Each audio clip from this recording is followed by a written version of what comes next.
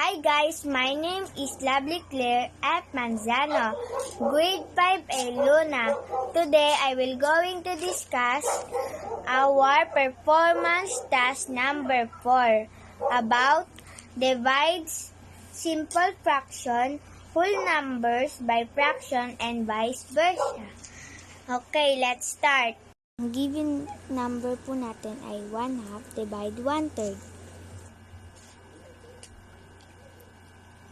At ang 1/2 ay kopyahin po natin.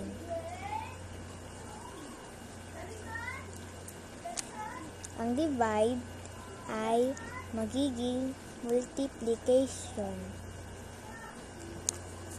At ang third ay magiging numerator. At ang 1 ay magiging denominator.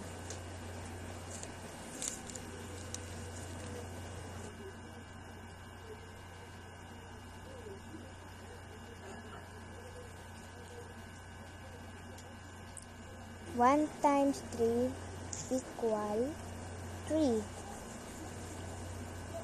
At 2 times 1 equal 2.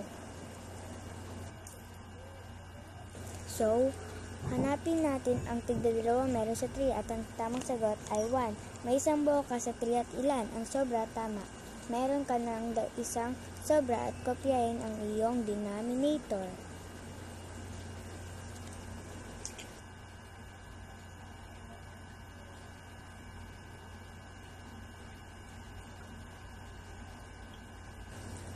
At ang ating final answer ay 1 and 1/2.